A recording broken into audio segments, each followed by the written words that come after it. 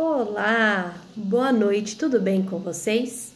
Na aula de hoje eu vou ensinar como manipular os alimentos de maneira adequada dentro da sua casa. Por que esse assunto sobre manipulação adequada é tão importante?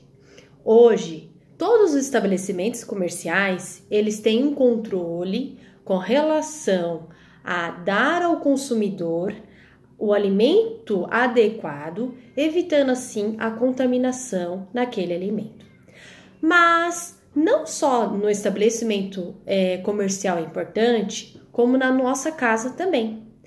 Eu enfatizei nos vídeos anteriores que uma alimentação adequada é uma alimentação equilibrada. Mas para ela ser equilibrada, ela precisa também ser adequada, livre de contaminação nesse alimento. Hoje eu vou trazer algumas dicas úteis de como você pode aplicar isso dentro da sua casa. Por exemplo, quando eu compro um alimento ou no mercado ou no açougue, geralmente esse alimento ele vem protegido, num saco plástico, se for uma carne, e quando chegando em casa, automaticamente, eu já vou armazenar esse alimento ou no freezer ou na geladeira se eu for usar esse alimento no dia. Só que é importante eu verificar se esse saquinho plástico em que o meu alimento, essa carne veio, ela está íntegra para não ter vazamento de sangue e acabar contaminando os outros alimentos que também contém no meu freezer. Então, pessoal, se eu tenho o costume de às vezes chegar e colocar também esses alimentos dentro de potinhos para ser armazenado de maneira adequada dentro do meu freezer, esses potes também devem estar lacrados para não ter contaminação com os outros alimentos. Outra coisa importante é que geralmente quando eu vou fazer um jantar ou um almoço, eu tiro essa proteína, esse frango, essa carne, esse peixe do meu congelador. Muitas pessoas têm o costume de fazer o quê? Deixar este alimento em cima da pia, em temperatura ambiente, para quê? Para descongelar. Mas você sabia que isso não é adequado? Você sabia que fazer isso pode contribuir para que o alimento que você vai consumir possa ter uma contaminação? Isso mesmo, uma contaminação. Por quê?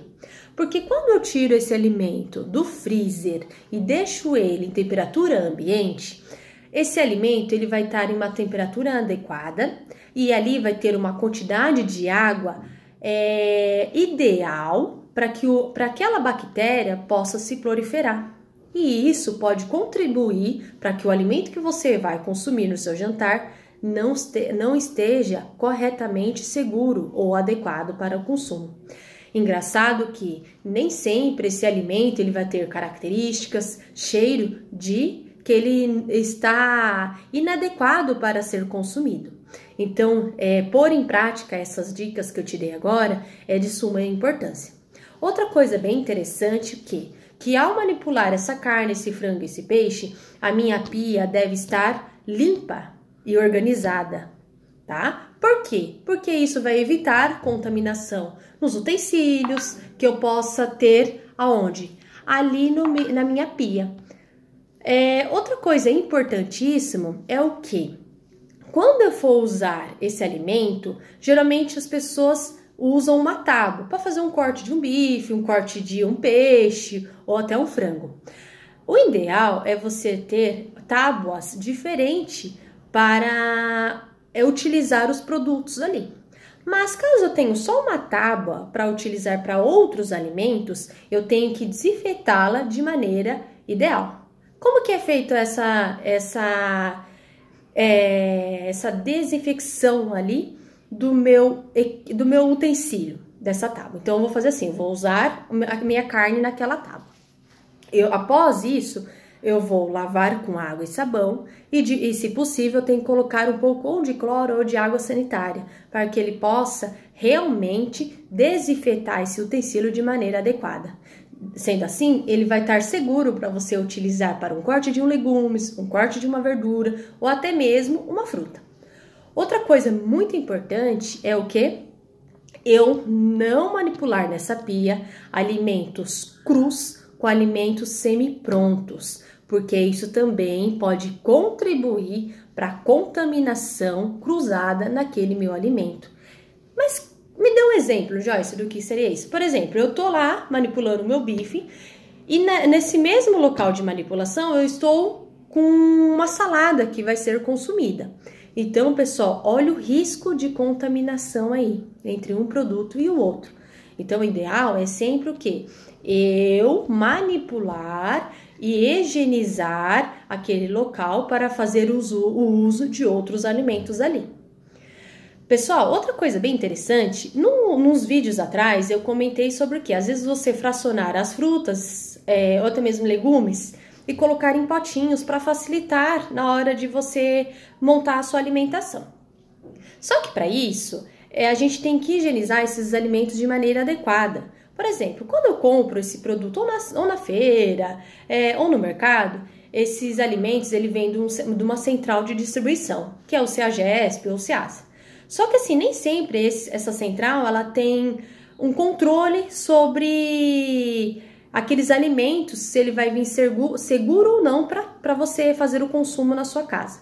Então, ao chegar do mercado, é ideal você higienizar esses alimentos de maneira adequada. Como assim? Você lavar com água e sabão e depois deixar de molho na solução de hipoclorito de sódio, que é uma substância que você pode comprar ou no mercado, ou você pode pegar de maneira gratuita no posto, e deixar de molho aquele alimento.